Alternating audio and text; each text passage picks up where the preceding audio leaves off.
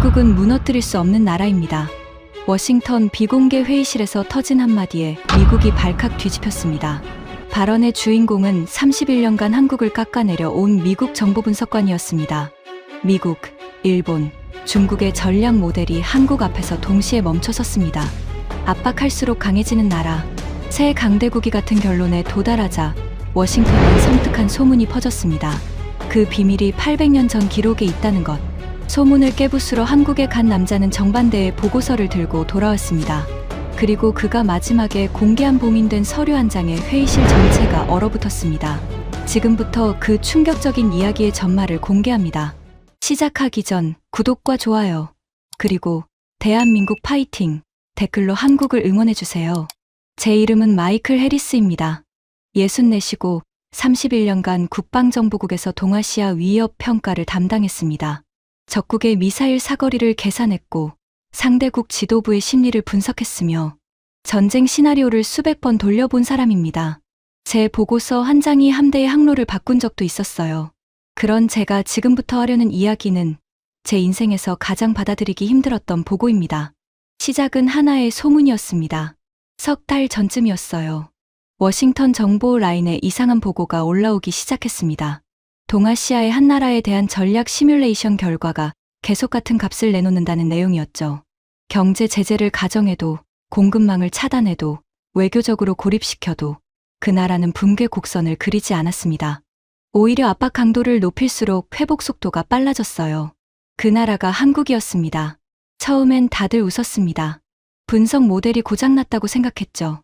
그런데 일주일 뒤 도쿄 쪽 라인에서 비슷한 보고가 들어왔습니다.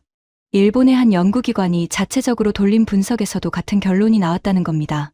그리고 다시 열흘 뒤, 이번엔 베이징발 정보였어요. 중국 쪽 싱크탱크 내부 문건에 이런 문장이 있었다고 합니다. 한국은 외부 충격으로 제어할 수 없는 유일한 변수다. 원인 규명 불가.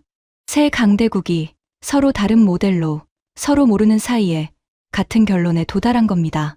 그때부터 이건 분석이 아니라 소문이 됐습니다. 워싱턴의 복도에서, 점심 식탁에서 사람들이 수군거리기 시작했어요.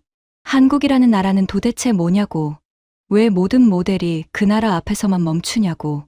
그리고 그 소문 끝에 항상 붙는 이상한 꼬리가 하나 있었습니다. 그 비밀이 현대가 아니라 800년 전 기록에 있다는 말이었어요. 다들 그 대목에서 웃음을 터뜨렸습니다. 저도 웃었어요. 정보의 세계에서 800년 전 이야기는 점성술과 다를 게 없으니까요. 소문이 어디까지 퍼졌는지 실감한 건 어느 목요일 오후였습니다. 구내 식당에서 커피를 뽑는데 20년 후배인 분석관 하나가 슬그머니 다가왔어요. 그는 주변을 한번 살피더니 목소리를 낮췄습니다. 선배님, 그 한국 건 말입니다. 진짜로 모델 3개가 다 멈춘 겁니까? 누가 그러던가? 다들 그럽니다. 어제는 재무부 쪽 친구한테도 연락이 왔어요. 자기네 환율 충격 모델도 한국 구간에서만 이상한 값이 나온다고요. 저는 커피를 한 모금 마시고 웃어 보였습니다. 기계가 넷이 고장나면 기계 탓이 아니라 전기 탓을 해야지. 후배는 따라 웃지 않았습니다. 그는 잠시 머뭇거리다가 이렇게 말했어요.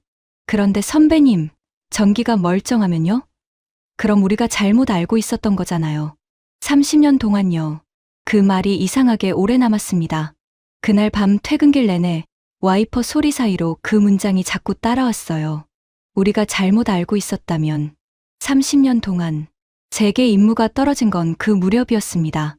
위원회는 제게 47페이지짜리 의뢰서를 보냈습니다. 요지는 간단했어요. 이 소문을 깨부수라는 것, 한국이라는 변수가 과대평가됐다는 사실을 증명하고 흔들리는 분석관들의 기강을 잡으라는 것이었습니다. 솔직히 말씀드리면 저는 그 임무가 마음에 들었습니다. 저는 평생 한국을 낮게 평가해 온 사람이었거든요. 제 입으로 말하기 부끄럽지만 사실입니다. 30년 전 제가 쓴 보고서에는 이런 문장이 있습니다. 한국은 미국의 설계 안에서 자란 나라다. 지원을 거두면 10년 안에 제자리로 돌아간다. 그 보고서로 저는 승진했습니다. 그 관점으로 31년을 살았어요. 그러니 이번 임무는 제 평생의 결론을 한 번 더 확인하는 일에 불과했습니다. 저는 3주간 한국에 다녀왔고 11개 기관의 자료를 받았으며 800년 전 기록이라는 그 우스운 꼬리까지 직접 추적했습니다. 그리고 오늘 그 결과를 보고하러 이 자리에 섰습니다. 회의실엔 16명이 앉아 있었습니다. 상석엔 로버트 헤일 위원장이 있었죠. 백악관의 안보 자문을 하는 이 바닥의 최고참입니다. 그 옆으로 국방, 경제, 정보 라인의 베테랑들이 줄지어 앉았습니다. 더글러스 빈센트도 보였어요. 대중국 압박 전략을 설계한 인물로 워싱턴에서 가장 혀가 날카로운 남자입니다. 그 맞은편엔 다나카 게이지가 앉아 있었습니다. 일본계 동아시아 분석관인데 늘 정중하게 웃으면서 사람 가슴에 칼을 꽂는 타입이죠. 헤일 위원장이 시계를 보며 말했습니다. 시작하지, 해리스 박사. 다들 자네가 그 소문을 어떻게 묻어버렸는지 듣고 싶어서 왔네. 회의실에 낮은 웃음이 깔렸습니다. 다들 결론을 알고 왔다는 표정이었어요. 31년간 한국 회의론자였던 해리스가 소문의 사망 선고를 내리는 자리. 그게 오늘의 각본이었습니다. 저는 단상에 서서 물을 한 모금 마셨습니다. 손끝이 차가웠어요. 지금부터 제가 할 말이 이 방의 모든 사람을 적으로 만들 거라는 사실을 알고 있었기 때문입니다. 저는 입을 열었습니다. 결론부터 말씀드리겠습니다. 소문은 사실입니다. 한국은 무너뜨릴 수 없는 나라입니다. 그리고 그 이유는 정말로 800년 전 기록에 있었습니다. 그 순간 회의실이 뒤집혔습니다. 처음 터진 건 웃음이었습니다. 빈센트가 의자 등받이에 몸을 던지며 박장대소를 했어요. 손바닥으로 테이블을 2번 내리치기까지 했습니다. 그 소리가 어찌나 컸는지 옆자리 분석관의 커피잔이 흔들렸어요. 이거 정말 대단한 보고로군요. DIA의 전설이 은퇴하더니 K-팝 팬이 되셨습니다. 여러분. 여기저기서 웃음이 터졌습니다. 빈센트는 멈추지 않았어요. 그는 일어서서 저를 손가락으로 가리켰습니다. 해리스 박사, 정신 차리세요. 한국이요? 그 나라는 우리가 수도꼭지만 잠가도 말라 죽는 화분입니다. 에너지는 전량 수입, 안보는 우리 군대에 의존, 수출로 먹고 사는 구조까지. 목줄이 3개나 달린 나라예요. 그런 나라가 무너뜨릴 수 없는 나라라고요? 그는 제 보고서 사본을 집어 들더니 테이블 위로 휙 밀어 던졌습니다. 종이가 미끄러지며 바닥에 떨어졌어요. 줍는 사람은 아무도 없었습니다. 이런 건 보고서가 아니라 팬레터라고 부릅니다. 웃음소리가 더 커졌습니다. 저는 주먹을 쥐었습니다. 손톱이 손바닥을 파고들었어요. 하지만 저는 알고 있었습니다. 3달 전에 저였다면 저 자리에 앉아서 누구보다 크게 웃고 있었을 거라는 걸요. 그때 다나카가 손을 들었습니다. 그는 빈센트와 달랐어요. 목소리를 높이는 법이 없습니다. 그는 안경을 고쳤으며 미소를 지었습니다. 해리스 박사님, 저는 박사님을 존경합니다. 그래서 더 안타깝습니다. 정중한 서두였죠. 하지만 저는 알았습니다. 이제 칼이 나올 차례라는 걸요. 박사님이 화분 이야기를 들으셨으니 제가 하나만 보태겠습니다. 그 화분에 흙을 채워준 게 누구였는지 아십니까? 일본입니다. 한국의 철강도, 조선도, 전자도 전부 일본의 기술과 자본에서 시작했습니다. 한국은 잘 배운 학생일 뿐이에요. 학생이 아무리 시험을 잘 봐도 교과서를 쓴 건 선생이죠. 그는 잠시 멈췄다가 미소를 더 짙게 만들며 덧붙였습니다. 그런데 요즘 그 학생은 은혜를 모릅니다. 그리고 박사님 같은 분이 그 학생의 성적표를 들고 와서 선생들 앞에서 낭독을 하고 계시네요. 조금 민망한 풍경입니다. 회의실 여기저기서 키득거리는 소리가 들렸습니다. 누군가는 고개를 끄덕였어요. 제 얼굴이 뜨거워졌습니다. 모욕이라는 건 큰 소리로 올 때보다 미소 띤 얼굴로 올 때 더 깊이 박히는 법이죠. 그러자 이번엔 경제 라인의 고참인 프랭클린이 가세했습니다. 그는 책상을 짚고 일어나며 언성을 높였어요. 해리스, 우리는 지금 한가하게 역사 강의나 들을 때가 아니야. 다음 분기 대응 전략이 이 회의에 걸려 있다고. 그런데 800년 전 기록? 자네 지금 이 방에 앉은 사람들의 시간을 뭘로 보는 건가?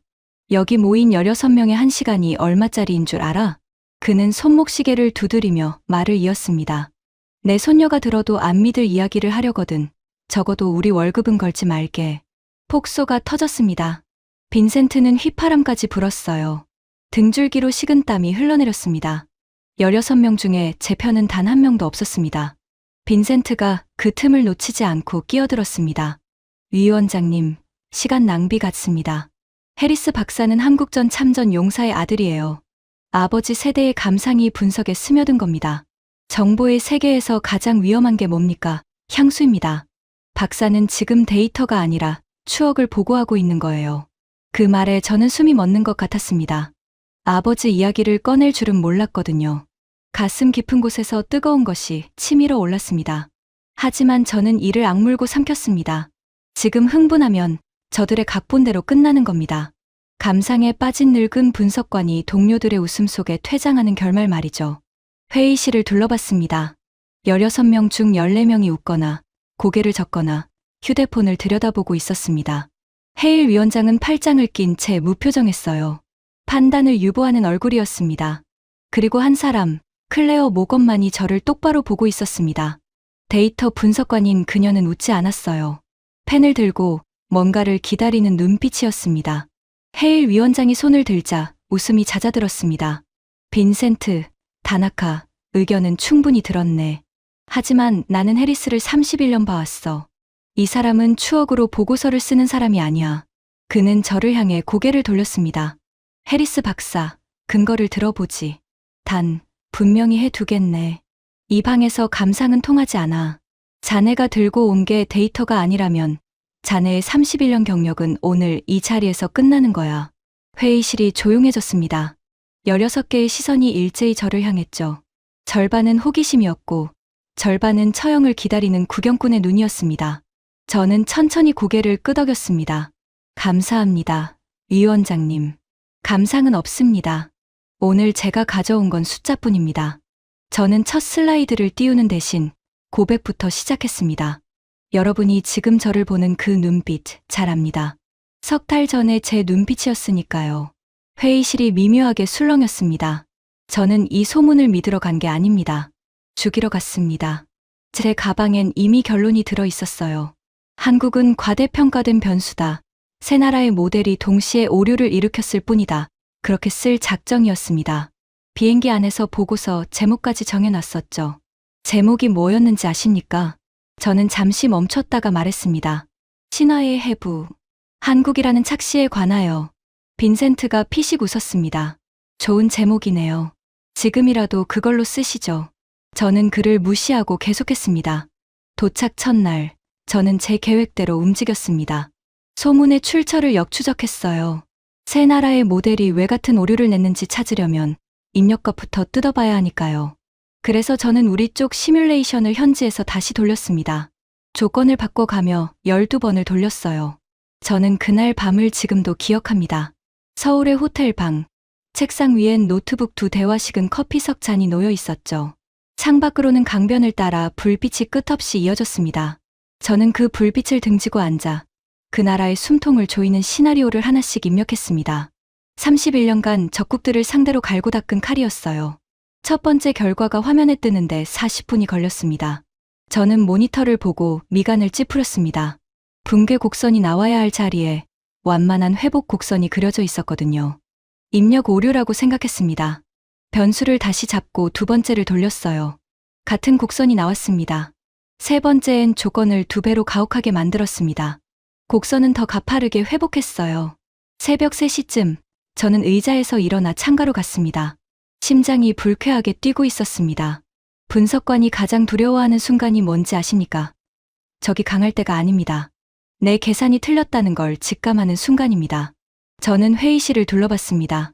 반도체 공급망 차단 시나리오, 에너지 금수 시나리오, 환율 공격 시나리오, 동맹 철수 시나리오까지 31년간 제가 적국들을 상대로 썼던 가장 독한 칼을 전부 꺼냈습니다. 12번 중에 한국이 붕괴한 횟수가 몇 번이었을 것 같습니까? 아무도 대답하지 않았습니다. 0번입니다. 단 한 번도 무너지지 않았어요. 빈센트가 어이없다는 듯 두 팔을 벌렸습니다. 그러니까 모델이 고장난 거라니까요. 그게 소문의 정체예요. 고장난 계산기 세대. 저도 그렇게 생각했습니다. 저는 그의 말을 받았습니다. 그래서 모델을 의심하는 대신 역사를 검증하기로 했습니다. 시뮬레이션은 미래의 가정이지만 역사는 이미 치러진 실험이니까요. 저는 질문을 바꿨습니다. 이 나라가 실제로 외부 충격을 받았을 때 어떻게 반응했는가? 지난 100년간 한국이 맞은 충격을 연표로 정리해봤습니다. 식민 지배, 국토를 잿더미로 만든 전쟁, 국가 부도 직전까지 갔던 외환위기, 그리고 이웃 나라의 핵심 소재 수출 규제까지. 저는 손가락을 하나씩 접었습니다. 그런데 이상한 패턴이 보였습니다. 충격이 클수록 그 다음 도약이 더 컸어요. 전쟁으로 모든 게 무너진 나라가 두 세대 만에 세계 10위권 경제가 됐습니다. 국가 부도 위기 때는 국민들이 장롱 속 금부치를 들고 은행 앞에 줄을 섰고 그 위기를 가장 먼저 졸업했습니다. 소재 수출이 막히자 오히려 자체 기술로 그 분야를 국산화해버렸어요. 보통 나라는 충격을 받으면 주저앉습니다. 이 나라는 충격을 받으면 진화합니다. 그 연표를 만들던 날 밤이 떠올랐습니다. 호텔 방 벽에 붙여놓은 종이 위에서 충격과 도약이 번갈아 이어지는 그래프가 마치 심장 박동처럼 보였어요. 저는 그 앞에 한참을 서 있었습니다. 등골이 서늘했습니다. 31년간 저는 나라의 생사를 곡선으로 판별해 왔지만 이런 곡선은 처음 봤거든요. 죽어야 할 지점마다 더 크게 뛰는 심장이라니요. 회의실 한쪽에서 누군가 작게 중얼거렸습니다. 우연이겠지 라는 말이 들렸어요. 저도 우연이라고 생각했습니다. 저는 그 목소리를 향해 말했습니다. 우연이 2번이면 흥미롭고 3번이면 패턴이고 100년간 반복되면 그건 구조입니다. 저는 그 구조의 뿌리를 찾아야 했습니다. 그래야 보고서를 쓸 수 있으니까요. 그게 소문을 죽이는 보고서가 될지 살리는 보고서가 될지는 그때까지도 몰랐습니다. 저는 물을 한 모금 마셨습니다. 회의실은 아까보다 조용해져 있었어요. 휴대폰을 보던 손들이 몇 개 멈춰 있었습니다. 그러던 사흘째 밤이었습니다. 한국 측 학자 한 분과 늦은 저녁을 먹게 됐어요. 백발이 성성한 역사학자였는데 위스키 잔을 앞에 두고 제 이야기를 한참 듣더니 빙긋이 웃더군요. 그러고는 이렇게 말했습니다. 저는 그분의 말투까지 기억합니다. 느리고 조용하고 어딘가 즐기는 듯한 목소리였어요. 해리스 박사님, 박사님은 지금 강물의 폭을 재고 계십니다. 그런데 궁금하신 건 수원지잖습니까? 당신들이 찾는 답은 통계청에 없을 겁니다. 그럼 어디에 있습니까? 그분은 냅킨을 끌어당기더니 만년필로 단어 하나를 적었습니다. 그리고 그것을 제 쪽으로 밀었어요. 산속 오래된 사찰에 800년 전 기록이 하나 보관되어 있습니다. 그걸 직접 보고 오세요. 숫자를 다루는 분이니 숫자로 무너지실 겁니다. 저는 회의실을 천천히 둘러봤습니다. 솔직히 말씀드리면 그 냅킨을 호텔 쓰레기통에 버릴 뻔했습니다. 실제로 한번 버렸어요. 800년 전 목판이 21세기 안보 분석과 무슨 상관입니까? 여러분이 지금 웃고 싶은 것처럼 저도 그날 밤 웃으면서 그걸 구겨 던졌습니다. 하지만 새벽에 잠이 오지 않았습니다. 숫자로 무너질 거라던 그 노인의 말이 자꾸 귓가에 맴돌았거든요. 결국 동이 틀 무렵 저는 쓰레기통을 뒤져 그 냅킨을 다시 폈습니다. 31년간 제가 지켜온 원칙 하나 때문이었어요. 모든 단서는 죽이기 전에 한 번은 들여다본다. 저는 리모컨을 들었습니다. 그리고 그 기록 앞에서 저는 31년 만에 처음으로 펜을 떨어뜨렸습니다. 지금부터 보여드릴 숫자가 새 강대국의 모델이 왜 전부 멈췄는지를 설명합니다. 그 순간 빈센트가 코웃음을 치며 팔짱을 꼈습니다. 목판 쪼가리로 우리를 설득하시겠다. 좋습니다. 어디 한번 보죠. 대신 박사님, 이게 끝나면 그 보고서는 제 손으로 파쇄하겠습니다. 저는 그를 똑바로 바라봤습니다. 좋습니다. 빈센트. 대신 약속 하나 하시죠. 지금부터 나올 숫자를 당신 손으로 직접 검산하세요.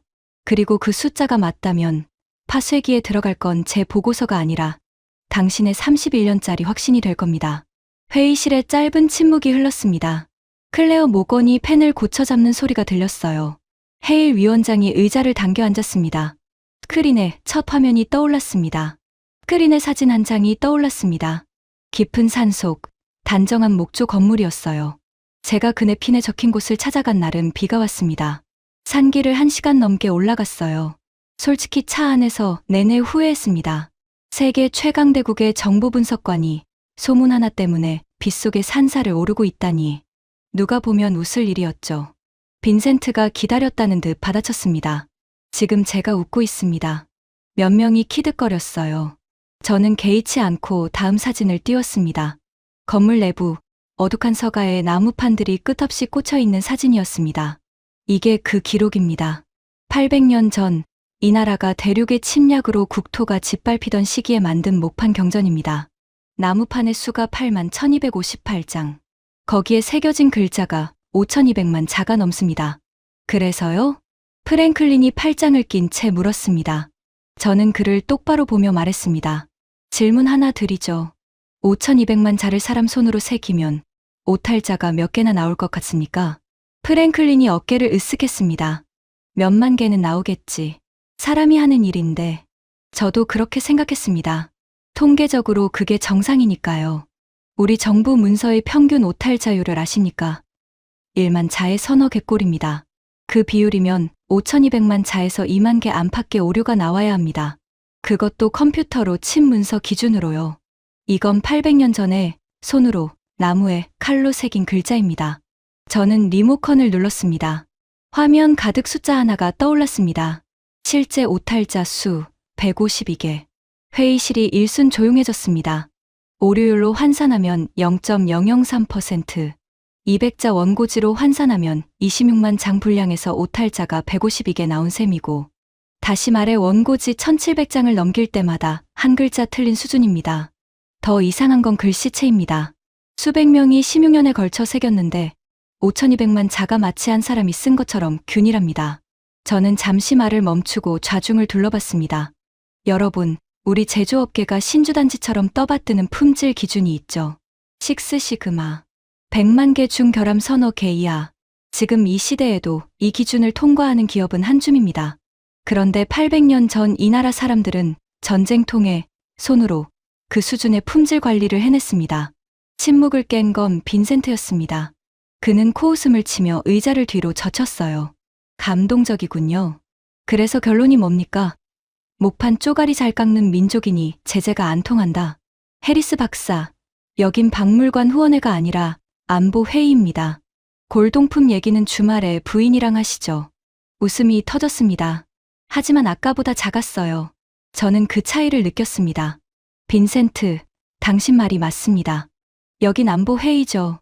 그래서 제가 주목한 건 목판의 예술성이 아니라 그게 만들어진 조건입니다. 저는 다음 화면을 띄웠습니다.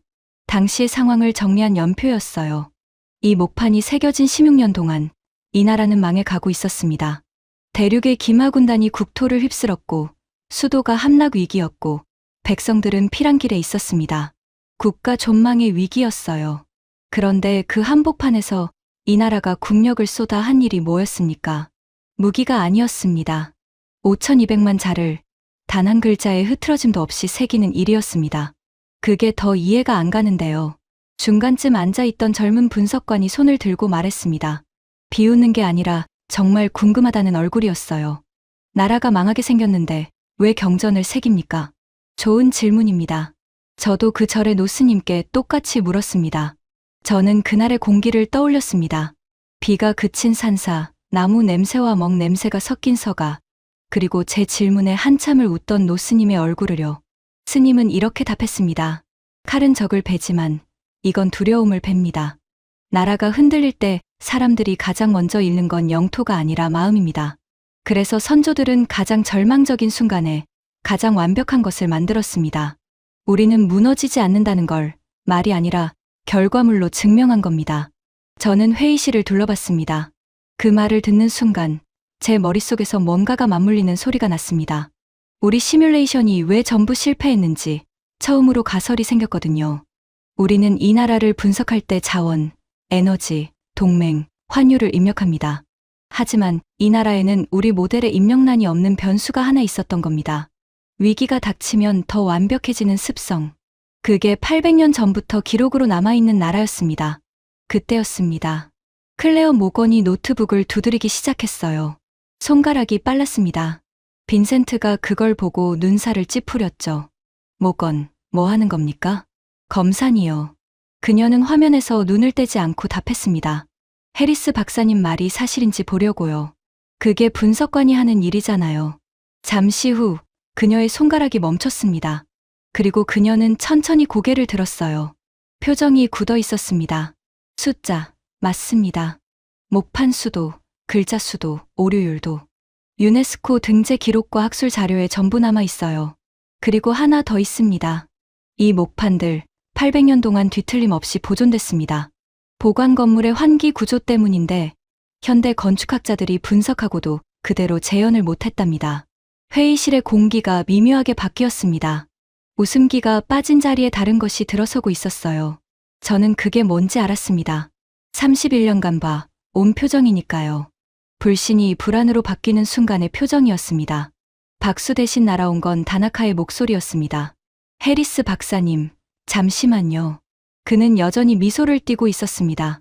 하지만 안경 너머의 눈은 웃고 있지 않았어요. 흥미로운 이야기입니다만 저는 그 숫자를 신뢰하지 않습니다. 그 오류율 측정에는 방법론적 결함이 있다는 연구가 있습니다. 목판 중 상당수는 세월에 훼손돼서 판독 자체가 불가능합니다. 판독 가능한 판만 골라서 오류율을 내면 당연히 수치가 좋게 나오죠. 통계학에서 말하는 생존자 편향입니다. 그는 태블릿을 들어 보이며 덧붙였습니다. 여기 그 연구 자료도 있습니다.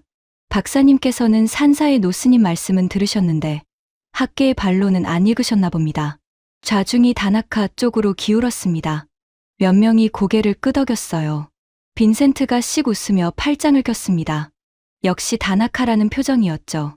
저는 고개를 끄덕였습니다. 그 자료 알고 있습니다. 다나카 씨가 지금 인용하신 연구 말입니다. 저는 리모컨을 눌렀습니다. 화면에 문서 하나가 떠올랐습니다. 바로 이 문서죠? 제가 한국에 가기 전에 이미 읽었습니다. 소문을 죽이러 가는 사람이 반론부터 챙기는 건 기본이니까요. 그리고 다나카 씨, 당신에게 정말 미안한 이야기를 하나 해야겠습니다. 저는 화면을 넘겼습니다. 첫째, 보존 기록입니다. 그 목판들은 매년 전수 조사를 받습니다. 8만여 장중 보존 상태가 양호해서 판독이 가능한 비율이 98%가 넘어요. 훼손된 판은 2% 미만이고 어느 판이 어떻게 훼손됐는지까지 전부 장부에 남아 있습니다. 생존자 편향이 성립하려면 죽은 표본이 많아야 하는데 이 표본은 98%가 살아 있습니다. 다나카의 미소가 옅어졌습니다. 둘째, 이게 더 중요한데요. 다나카 씨, 그 연구 자료, 결론까지 읽으셨습니까? 무슨 말씀이시죠? 그 연구의 본문은 측정 방법에 의문을 제기합니다. 맞아요. 하지만 결론부에서 연구진이 뭐라고 썼는지 아십니까? 저는 화면을 확대했습니다. 문장 하나가 회의실 벽을 가득 채웠습니다. 읽어드리죠. 측정 방식에 대한 이견과 무관하게 이 기록물의 정밀도는 동시대 어느 문명권에서도 재현된 사례가 없다. 다나카 씨, 당신이 들고 온 칼의 손잡이에는 이렇게 적혀 있었던 겁니다. 당신은 지금 한국을 베려고 한국을 인정한 논문을 휘두른 거예요. 회의실 어딘가에서 숨을 들이켜는 소리가 들렸습니다. 클레어가 입을 가렸어요. 누군가는 낮게 휘파람을 불었습니다. 다나카는 태블릿을 내려다봤습니다. 손가락이 화면을 빠르게 넘기는 게 보였어요. 그리고 어느 지점에서 손가락이 멈췄습니다. 그의 얼굴에서 미소가 완전히 사라졌습니다. 전 본문만. 그는 말을 맺지 못했습니다. 헤일 위원장이 처음으로 몸을 앞으로 기울였습니다. 다나카, 자네가 인용한 자료가 맞나? 그 결론이 정말 거기 적혀 있어? 다나카는 한참 만에 입을 열었습니다. 적혀 있습니다. 회의실이 술렁였습니다. 빈센트의 표정이 처음으로 일그러졌어요. 저는 그 순간을 놓치지 않고 말했습니다. 여러분, 오해는 마십시오. 저는 다나카 씨를 망신 주려고 이 자리에 선 게 아닙니다. 석 달 전에 저였다면 똑같은 자료를 똑같이 본문만 읽고 똑같이 휘둘렀을 겁니다. 우리는 30년 동안 그렇게 일해왔어요. 한국에 대해서만큼은 결론을 먼저 정해놓고 근거를 골라왔습니다. 저는 오늘 그 습관의 청구서를 들고 온 겁니다. 클레어가 손을 들었습니다. 그리고 회의실이 다 들리도록 또렷하게 말했어요. 위원장님, 저는 해리스 박사님 이야기를 끝까지 들어야 한다고 생각합니다. 지금까지 나온 숫자는 전부 검증됐습니다. 16명 중 첫 번째 공개 동조였습니다. 빈센트가 어이없다는 듯 그녀를 쳐다봤지만 클레어는 시선을 피하지 않았습니다. 좋습니다. 800년 전엔 그랬다 칩시다. 빈센트가 다시 저녀를 가다듬었습니다. 목소리에 아까의 여유는 없었지만 칼날은 여전했어요. 하지만 그건 골동품이고 우리는 현재를 다룹니다. 옛날에 완벽했던 민족이 지금도 완벽하다는 보장이 어디 있습니까? 로마인의 후손들이 지금도 제국을 운영하고 있습니까? 아니잖아요. 정당한 지적입니다. 저는 순순히 인정했습니다. 그래서 저도 똑같은 질문을 던졌습니다. 그 DNA가 현대에도 작동한다는 증거가 있는가? 있다면 어디에 있는가? 저는 그 답을 바닷가에서 찾았습니다. 화면에 거대한 조선소의 항공사진이 떠올랐습니다. 한 50년 전 이야기입니다. 당시 한국은 세계에서 가장 가난한 나라 축에 들었습니다. 1인당 소득이 지금 우리 돈으로 몇백 달러 수준이었어요. 그런 나라의 한 기업인이 어느 날 이렇게 선언합니다. 우리는 세계 최대급 조선소를 짓겠다. 그런데 여기서 끝이 아니었습니다. 조선소를 지으면서 동시에 그 안에서 초대형 선박을 건조하겠다고 했어요. 회의실 여기저기서 어리둥절한 표정이 보였습니다. 조선업을 아는 사람일수록 표정이 이상해졌죠. 국방라인의 한 대령 출신 분석관이 손을 들었습니다. 잠깐만요. 도크도 없는데 배를 만든다고요? 그건 경납고를 지으면서 그 안에서 폭격기를 조립하겠다는 소리인데요. 정확합니다. 그래서 당시 전 세계가 미쳤다고 했습니다. 배를 단 한 척도 만들어 본 적 없는 나라였으니까요. 조선 기술의 최강국이던 이웃 나라와 합작이 추진됐는데 그쪽 기술진이 계획서를 보고 뭐라고 했는지 아십니까? 자살행위다. 작은 도크부터 차근차근 가라. 그렇게 반대했습니다. 합리적인 조언이었죠. 그런데 그 기업인은 어떻게 했을까요? 저는 잠시 멈췄다가 말했습니다. 합작을 깼습니다. 그리고 혼자 하겠다고 선언했어요. 빈센트가 헛웃음을 터뜨렸습니다. 그건 용기가 아니라 만용입니다. 저도 그 대목을 읽을 때 똑같이 메모했습니다. 만용이라고요. 그런데 결과를 보고 그 메모를 지웠습니다. 그 조선소는 도크와 선박을 동시에 완공했습니다. 세계 최초였어요. 그리고 반세기가 지난 지금 그 나라는 세계에서 가장 비싸고 어려운 배들을 도맡아 짓는 조선 강국이 됐습니다. 액화천연가스 운반선이라는 게 있죠. 영하 163도의 가스를 바다 위로 실어 나르는 조선업의 정점에 있는 배입니다. 그 배의 세계 발주 물량 대부분을 그 나라가 가져갑니다. 운이 좋았겠죠. 빈센트가 내뱉었습니다. 저는 고개를 저었습니다. 저도 운이라고 결론 내리고 싶었습니다. 그게 제 보고서에 편했으니까요. 그런데 빈센트, 제가 그 회사의 옛 기록을 뒤지다가 이상한 걸 발견했습니다. 그 미친 계획의 설계 문서들이었어요. 거기엔 세계 최초의 공법들이 빼곡하게 들어 있었습니다. 육상에서 배를 만들어 바다로 밀어넣는 공법, 배를 거대한 블록으로 나눠 동시에 만들고 조립하는 공법, 전부 그 도박을 성공시키기 위해 사전에 준비된 기술이었습니다. 저는 화면에 문장 하나를 띄웠습니다. 그 기업인이 훗날 남긴 말입니다. 사람들은 우리를 모험가라 부르지만 우리는 단 한 번도 모험을 한 적이 없다. 모든 조건을 검토해서 반드시 된다는 계산이 선 다음에야 움직였다. 회의실이 조용해졌습니다. 여러분, 이게 무슨 뜻인지 아시겠습니까? 우리 눈에 무모해 보였던 그 도박은 도박이 아니었습니다. 바깥에서 보면 만용인데 안을 열어보면 전부 계산이에요. 800년 전 목판과 똑같습니다. 절체절명의 순간에 가장 치밀한 것을 만든다. 저는 이 패턴에 이름을 붙였습니다. 계산된 광기. 그리고 이 광기가 무서운 이유는 단 하나입니다. 저는 좌중을 둘러봤습니다. 실패 확률을 미리 제거하고 덤비기 때문에 막을 방법이 없습니다.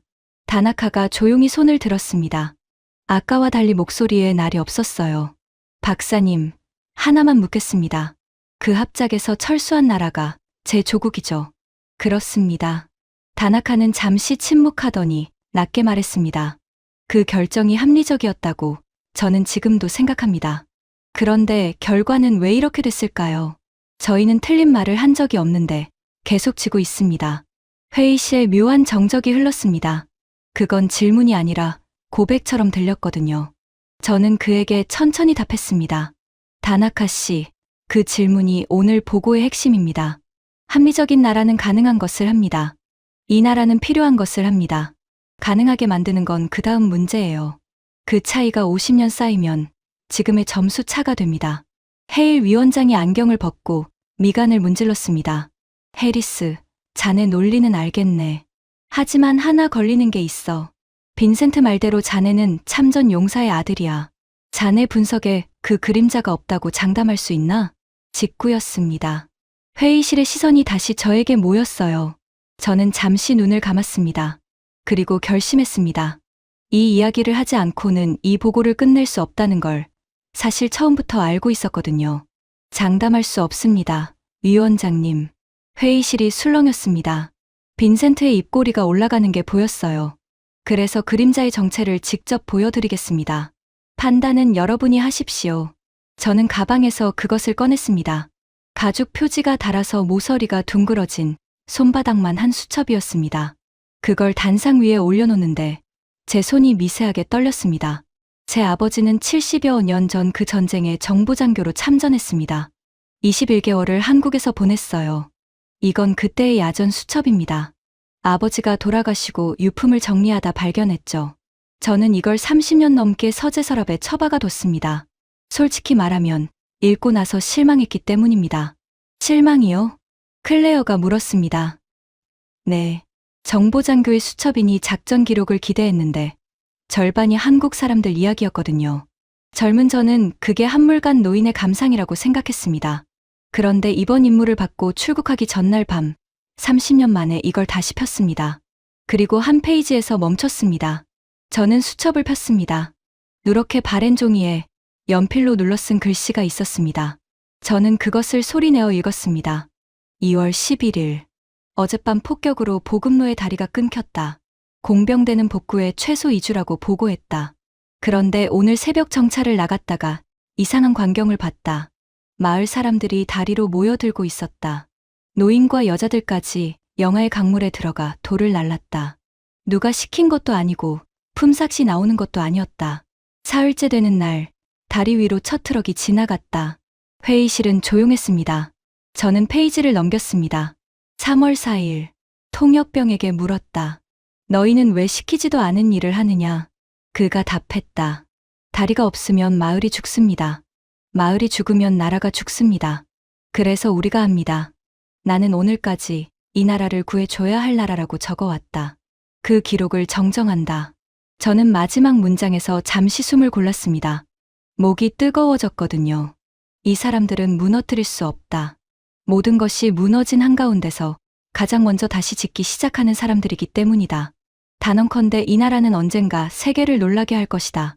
내 아들의 세대는 이 나라에게 배우게 될 것이다. 저는 수첩을 덮었습니다. 그리고 고개를 들었습니다. 여러분, 제 아버지는 학자가 아니었습니다. 26살의 정보장교가 참호에서 연필로 쓴 기록입니다. 저는 평생 이 문장을 비웃었습니다. 한국 회의론자로 31년을 사는 동안 이 수첩이 서랍 안에서 저를 지켜보고 있다는 생각은 단 한 번도 하지 못했어요. 그런데 이번에 한국에서 800년 전 목판 앞에 섰을 때 끊긴 다리에 돌을 나르던 그 사람들이 떠올랐습니다. 800년 전의 각수와 70년 전의 마을 사람들과 지금의 엔지니어들이 같은 일을 하고 있었던 겁니다.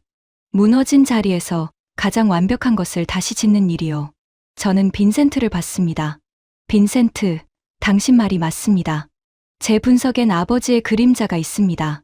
하지만 그건 향수가 아니라 데이터였어요. 70년 묵은 현장 보고서였습니다. 저는 그걸 30년 늦게 결제한 겁니다. 회의실은 한동안 아무 소리도 나지 않았습니다.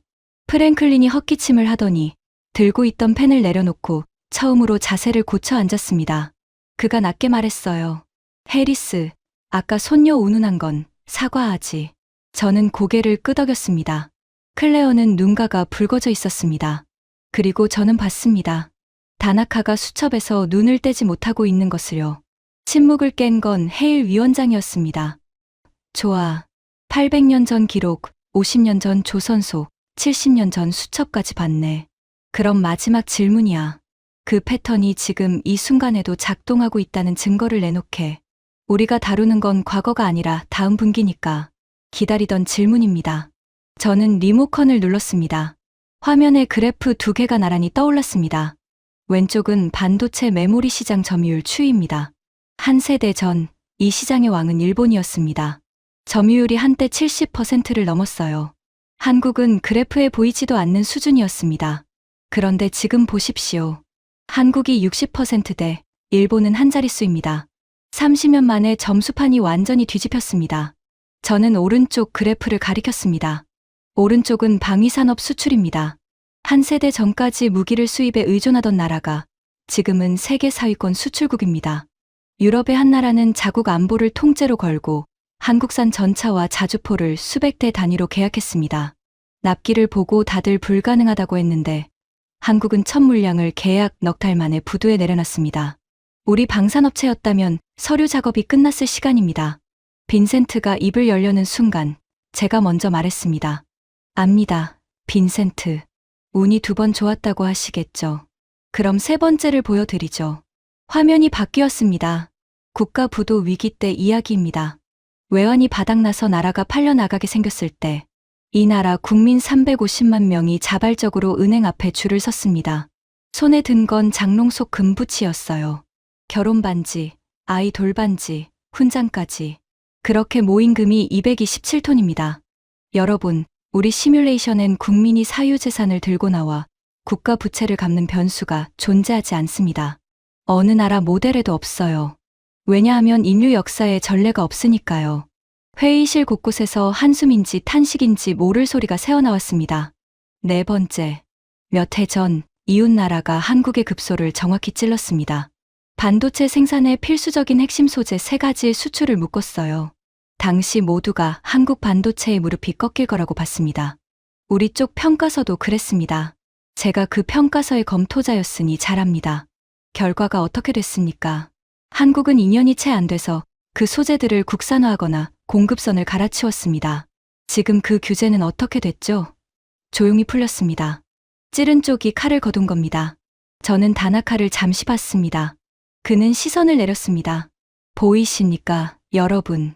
800년 전 모판, 50년 전 조선소, 외환위기, 소재 규제, 시대도 분야도 전부 다른데 곡선이 똑같습니다. 충격, 그리고 더 높은 도약. 저는 31년간 수십 개 나라의 위기 대응 곡선을 그려왔지만 이 곡선은 이 나라에만 있습니다. 그때 다나카가 마지막 칼을 뽑았습니다. 그는 자리에서 일어났어요. 목소리는 떨렸지만 물러설 수 없다는 얼굴이었습니다. 박사님, 인정할 건 인정하겠습니다. 하지만 마지막으로 하나만은 짚어야겠습니다. 그 반도체 신화 말입니다. 시작은 일본의 기술이었습니다. 설비도, 소재도, 사람도 일본이 가르쳤어요. 학생이 선생을 이겼다고 해서 선생의 공이 사라지는 건 아닙니다. 다나카 씨, 저는 그의 눈을 똑바로 봤습니다. 그 말씀, 절반은 사실입니다. 초기에 기술이 건너간 건 역사적 사실이에요. 부정하지 않겠습니다. 그런데 그 논리를 끝까지 밀어보죠. 선생이 그렇게 위대했다면 묻겠습니다. 같은 교과서로 시작한 2 나라 중에 왜 가르친 쪽은 70에서 한 자릿수로 떨어지고 배운 쪽은 0에서 60까지 올라갔습니까? 다나카가 입을 열었지만 말이 나오지 않았습니다. 교과서가 승부를 결정한다면 점수는 반대로 나왔어야 합니다. 점수판이 이렇게 됐다는 건 승부를 가른 게 교과서가 아니라는 뜻입니다. 한국은 배운 기술 위에 자기 것을 지었습니다. 메모리 반도체의 세대 교체 경쟁에서 한국이 일본을 앞지르기 시작한 게 언제인지 아십니까? 기술을 배운 지 불과 10여 년 만입니다. 학생이 10년 만에 선생을 이기면 그때부터는 학생이라고 부르지 않습니다. 다나카 씨, 그리고 이게 마지막 숫자인데요. 지금 일본의 주요 기업들이 한국 반도체 기업의 공급망에 부품을 대기 위해 줄을 서 있습니다. 선생과 학생의 자리는 이미 바뀌었습니다. 다나카는 한참을 서 있었습니다. 그러더니 천천히, 아주 천천히 자리에 앉았습니다. 그리고 모두가 들을 수 있는 목소리로 말했어요. 반론 없습니다. 그 순간 회의실에 둑이 터졌습니다. 여기저기서 웅성거림이 일었어요. 젊은 분석관 2이 손을 들고 질문을 쏟아냈고 대령 출신 분석관은 방산납기 자료를 다시 띄워달라고 했습니다. 프랭클린은 클레어에게 몸을 기울여 뭔가를 확인하고 있었죠. 16명 중 적어도 10명의 눈빛이 바뀌어 있었습니다. 더 이상 처형을 구경하러 온 눈이 아니었습니다. 그때 박수도 웅성거림도 단번에 가르며 차가운 목소리 하나가 날아왔습니다. 다들 정신 차리시죠. 빈센트였습니다. 그는 천천히 일어나 단상 쪽으로 걸어 나왔습니다. 구두 소리가 또각또각 울렸어요. 감동적인 수첩, 인상적인 그래프. 다 좋습니다. 하지만 여러분은 지금 가장 중요한 사실을 잊고 있어요. 그 모든 곡선에는 천장이 있다는 겁니다. 그리고 그 천장을 누가 쥐고 있죠? 우리입니다. 그는 저를 향해 돌아섰습니다. 입가에 다시 그 미소가 걸려 있었어요. 해리스 박사, 당신이 모르는 카드가 하나 있습니다. 이 방의 절반은 그 존재도 모르는 최상위 압박 설계도. 그게 발동되면 당신의 그 아름다운 곡선은 끝납니다. 내가 압니다. 왜냐하면 그는 잠시 멈췄다가 한 글자씩 끊어 말했습니다. 그걸 설계한 게 나니까. 회의실이 얼어붙었습니다. 헤일 위원장의 표정이 처음으로 흔들렸어요. 저는 빈센트를 바라봤습니다. 그리고 저도 모르게 웃음이 나왔습니다. 빈센트, 그 카드 이야기를 꺼내줘서 고맙습니다. 뭐라고요? 저도 그 설계도를 압니다. 이번 조사에서 열람 승인을 받았거든요. 그리고 빈센트, 당신에게 정말 잔인한 소식이 하나 있습니다. 저는 가방에서 봉인된 서류철 하나를 꺼내 단상 위에 올렸습니다. 그 카드는 이미 한번 발동됐습니다. 당신 모르게 축소판으로 실전에서요. 결과가 이 안에 있습니다. 그리고 이 결과 때문에 오늘 이 회의가 소집된 겁니다. 빈센트의 얼굴에서 핏기가 가셨습니다. 회의실의 모든 시선이 단상 위 서류철에 꽂혔습니다. 붉은 봉인 테이프가 형광등 불빛에 번들거렸어요. 빈센트가 한 걸음 다가왔습니다. 목소리가 갈라져 있었습니다. 그럴 리가 없습니다. 그 설계는 발동 승인이 난 적이 없어요. 내 서명 없이는 전면 발동은 없었습니다. 제가 말씀드린 건 축소판입니다. 저는 봉인을 뜯었습니다. 종이 찢어지는 소리가 회의실에 유난히 크게 울렸어요. 얼마 전 위원회는 빈센트 당신의 설계도에서 1단계만 떼어내 시범 운용을 승인했습니다. 제3국을 경유한 간접 방식이었고 규모는 전체 설계의 10분의 1이었습니다. 핵심 장비의 공급 지연, 금융 라인의 미세한 조임, 그리고 동맹 발주 물량의 보류. 당신이 천장이라고 부른 그 손가락을 살짝 구부려 본 겁니다. 빈센트의 눈이 흔들렸습니다. 나는 보고받은 적이 없습니다.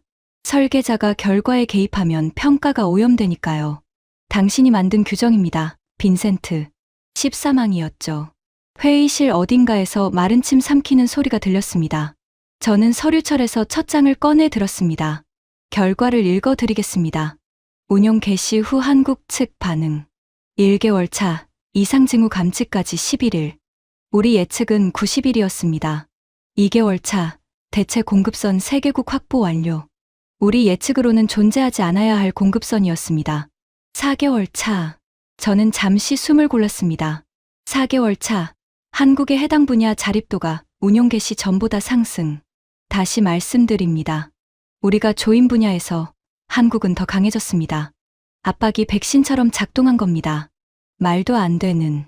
빈센트가 서류철을 낚아채듯 가져갔습니다. 그의 눈이 종이 위를 빠르게 훑었어요. 1장, 2장, 3장. 페이지를 넘기는 손이 점점 느려졌습니다. 그리고 마지막 장에서 그의 손이 완전히 멈췄습니다. 6개월 차 종합평가. 그가 그 부분을 소리내어 읽기 시작했습니다. 자기도 모르게 읽는 것 같았어요. 압박 지속 시 한국 측 붕괴 확률, 산출 불가. 반면 전면 발동 시 아국 및 동맹 경제의 역피해가 한국 측 피해를 상회할 것으로 추정. 결론, 본 설계는. 그는 거기서 멈췄습니다. 모골대가 크게 움직였어요. 헤일 위원장이 조용히 말했습니다. 끝까지 읽게, 빈센트. 빈센트는 한참 만에 떨리는 목소리로 마지막 문장을 읽었습니다. 결론, 본 설계는 폐기를 권고함. 서류철이 그의 손에서 미끄러져 테이블 위에 떨어졌습니다. 그는 빈 의자를 짚고 한동안 서 있었습니다. 평생 워싱턴에서 가장 날카로운 혀로 불리던 남자가 처음으로 할 말을 찾지 못하고 있었습니다. 빈센트, 제가 그를 불렀습니다. 저는 당신을 이기려고 이 자리에 선 게 아닙니다. 석 달 전 이 임무를 받았을 때 제일 기뻤던 사람이 저였습니다. 당신과 저는 같은 교회를 다닌 겁니다. 한국은 우리 손바닥 위에 있다는 교리를 믿는 교회요. 그런데 빈센트, 점수 파는 거짓말을 하지 않더군요. 우리 둘 중 누가 먼저 인정하느냐의 문제였을 뿐입니다. 빈센트는 천천히 고개를 들었습니다. 그리고 회의실 전체를 둘러봤어요. 16명의 시선이 그에게 모여 있었습니다. 그는 넥타이를 한번 고쳐 매더니 똑바로 선 채 말했습니다. 제 설계는 실패했습니다. 회의실이 숨을 죽였습니다. 30년간 저는 압박이 통하지 않는 나라를 본 적이 없습니다. 크면 큰 대로, 작으면 작은 대로, 어디든 조이면 비명이 났습니다. 그런데 이 나라는 조일수록 단단해진다는 보고를 방금 제 눈으로 읽었습니다. 제 이름이 박힌 설계도의 부검 결과를요. 그는 저를 향해 돌아섰습니다. 해리스 박사, 내가 졌습니다. 우리가 전부 틀렸습니다. 그 순간이었습니다. 클레어가 먼저 박수를 쳤어요. 1명, 2명, 박수가 번져나갔습니다. 누구를 향한 박수인지는 분명하지 않았습니다. 저를 향한 것도 빈센트의 항복을 향한 것도 아니었을 겁니다. 아마 31년 만에 처음으로 이 방이 보고 싶은 것 대신 보이는 것을 봤다는 사실에 대한 박수였겠죠. 헤일 위원장이 손을 들자 박수가 잦아들었습니다. 그가 물었습니다. 해리스, 마지막으로 정리하게. 그래서 이 소문의 결론은 뭔가? 우리는 무엇을 보고해야 하나? 저는 마지막 화면을 띄웠습니다. 빈 화면에 문장 하나만 떠 있었습니다. 위원장님, 이 소문의 진짜 무서운 점은 한국이 강하다는 게 아닙니다. 강한 나라는 많습니다. 진짜 공포는 이겁니다. 이 나라의 힘은 복제가 불가능합니다. 저는 한 단어씩 힘을 주어 말했습니다. 돈으로 살 수 없습니다. 800년짜리 습성이니까요. 제재로 꺾을 수 없습니다. 방금 부검 결과를 보셨죠? 훔칠 수도 없습니다. 기술은 훔쳐도 위기 앞에서 전 국민이 금반지를 들고 나오는 문화는 훔칠 방법이 없습니다. 우리는 지금까지 따라잡을 수 없는 나라는 있어도 따라할 수 없는 나라는 없다고 배웠습니다. 그 전제가 오늘 깨진 겁니다. 회의실은 조용했습니다. 저는 계속했습니다. 그리고 이게 마지막 보고입니다. 새 강대국의 모델이 동시에 멈춘 게 우연이 아니듯 세계가 이 나라를 주목하기 시작한 것도 우연이 아닙니다. 유럽은 한국의 무기를 사고 중동은 한국의 도시 설계를 맡기고 신흥국들은 한국의 성장 경로를 교과서로 만들고 있습니다. 무슨 뜻이겠습니까? 기준이 이동하고 있다는 뜻입니다. 지난 100년간 세계는 우리를 보고 배웠습니다. 다음 시대는 그 시선이 어디로 향할지 아무도 장담 못합니다. 곧 우리가 알던 세계의 점수판이 통째로 뒤집힐 겁니다. 문제는 단 하나입니다. 저는 회의실을 둘러봤습니다. 우리가 그 준비가 안 됐다는 겁니다. 긴 침묵이 흘렀습니다. 헤일 위원장이 천천히 일어났습니다. 그는 제 보고서를 집어들더니 표지를 한번 쓸어보고 말했습니다. 수정 없이 이대로 백악관에 올리겠네. 회의실이 술렁였습니다. 위원장이 보고서를 단 한 글자도 고치지 않고 올리는 건 이 바닥에서 30년에 한 번 나올까 말까 한 일이거든요. 그가 덧붙였습니다. 그리고 해리스, 제목은 자네가 정하게. 신화의 해부였나? 원래 제목이? 저는 고개를 저었습니다. 바꾸겠습니다. 새 제목은 이겁니다. 우리가 잘못 알던 나라, 우리가 배워야 할 나라. 회의가 끝나고 사람들이 하나둘 빠져나갔습니다. 프랭클린은 나가면서 제 어깨를 2번 두드렸고 클레어는 그 사찰에 이름을 적어갔습니다. 휴가 때 직접 가보겠다면서요. 다나카는 마지막까지 남아있다가 문 앞에서 돌아서서 말했습니다. 박사님, 저는 오늘 조국이 진 것 같아서 괴로웠습니다. 그런데 복도를 걷다 보니 생각이 바뀌었습니다. 진 건 일본이 아니라 상대를 깔보던 제 눈이었습니다. 그 눈으로는 일본도 똑바로 못 봅니다. 돌아가서 처음부터 다시 보겠습니다. 저는 그에게 손을 내밀었습니다. 그는 제 손을 잡고 깊이 고개를 숙였습니다. 마지막으로 빈센트가 다가왔습니다. 그는 한참 머뭇거리더니 불쑥 물었어요. 해리스, 그 절 말입니다. 목판이 있다는 그 산속절. 거기 아무나 들어갈 수 있습니까? 네. 누구에게나 열려 있습니다. 800년 동안 그랬답니다. 빈센트는 피식 웃었습니다. 처음 보는 가시 없는 웃음이었어요. 이상한 나라군요. 무너뜨릴 수 없는 걸 만들어 놓고 문은 잠그지도 않다니. 그가 떠나고 텅 빈 회의실에 저 혼자 남았습니다. 저는 단상으로 돌아가 아버지의 수첩을 집어들었습니다. 다른 가족 표지가 손바닥에 따뜻하게 닿았어요. 저는 그 마지막 페이지를 다시 폈습니다. 내 아들의 세대는 이 나라에게 배우게 될 것이다. 저는 주머니에서 펜을 꺼냈습니다. 그리고 70여 년 전 연필 글씨 아래에 떨리는 손으로 한 줄을 적었습니다. 확인함. 보고서 승인. 아들 마이클. 글씨가 번졌습니다. 종이 위로 뭔가 떨어졌기 때문입니다. 저는 한참을 그 자리에 서 있었습니다. 26살의 정보장교가 참호에서 올린 보고가 70년 만에 결제된 순간이었습니다. 아버지, 너무 늦게 읽어서 죄송합니다. 그리고 당신이 옳았습니다. 집으로 돌아가기 전 저는 사무실에 들러 마지막 일 하나를 처리했습니다. 30년 전 제가 썼던 그 보고서 한국은 지원을 거두면 10년 안에 제자리로 돌아간다고 적었던 그 문서의 공식 폐기 요청서에 서명한 겁니다. 사유란에는 이렇게 적었습니다. 분석관의 가장 큰 오류는 계산 실수가 아니라 보고 싶은 것만 본 것임. 본인이 그 증거임. 펜을 내려놓는데 이상하게도 후련했습니다. 31년짜리 확신이 무너진 자리는 폐허가 아니었습니다. 그 자리에 더 단단한 것이 들어서 있었어요. 그러고 보니 그것도 그 나라에서 배운 것이더군요. 무너진 자리에서 더 완벽한 것을 짓는 법 말입니다. 여러분, 제 이야기는 여기까지입니다. 마지막으로 이 말씀을 드리고 싶습니다. 저는 31년간 나라의 힘을 재는 일을 했습니다. 미사일의 수를 셌고, 함대의 톤수를 쟀고, 외환 보유고를 비교했습니다. 그런데 정작 가장 중요한 것은 자로 잴 수 없는 곳에 있었습니다. 위기가 닥쳤을 때 그 나라 사람들이 무엇을 하는가? 주저앉아 울 것인가? 서로를 밟고 도망칠 것인가? 아니면 영하의 강물에 들어가 말없이 돌을 나를 것인가? 800년 전 전쟁의 한복판에서 5200만 자를 한 글자에 흐트러짐 없이 새긴 사람들. 폐허의 바닷가에서 도크와 배를 동시에 지어 올린 사람들. 나라가 부도나자 결혼반지를 들고 은행 앞에 줄을 선 사람들. 그들은 모두 같은 민족이었고 같은 일을 하고 있었습니다. 위기는 그 나라를 단 한 번도 무너뜨리지 못했습니다. 더 정교하게 만들었을 뿐입니다. 세계는 곧 알게 될 겁니다. 아니, 이미 알아가고 있습니다.